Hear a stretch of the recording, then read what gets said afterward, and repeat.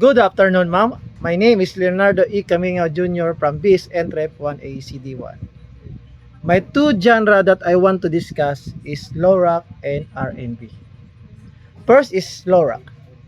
Slow rock or soft rock, this genre, a subgenre of rock music, is characterized by its laid-back tempo and emotive guitar solos, often conveying a sense of nostalgia, melancholy, or introspections.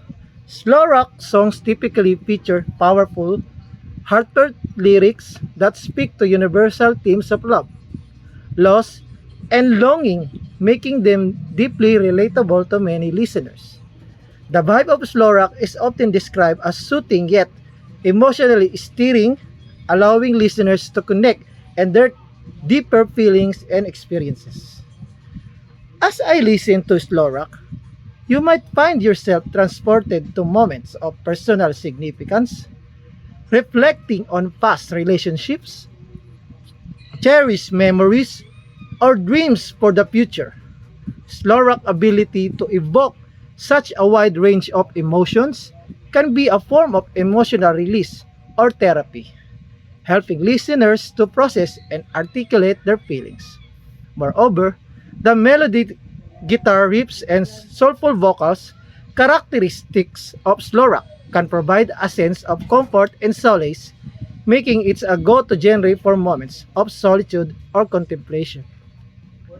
Slow rock can serve as a reminder of the power of music to connect us to our humanity and to each other, transcending time and space.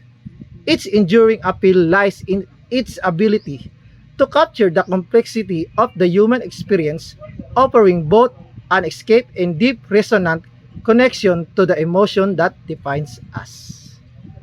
Another genre that I like to discuss is R&B. R&B music has a significant impact on the lives of many individuals, including myself. The genre's soulful melodies, heartfelt lyrics, and emotional depth have the power to resonate deeply with listeners, evoking a range of emotions and providing a source of comfort, inspirations, and connections. Personally, R&B music has been a constant companion throughout various stages of my life. During times of heartbreak or emotional turmoil, R&B songs have served as a form of therapy, allowing me to process my emotions and find solace in the lyrics that often mirror my own experiences.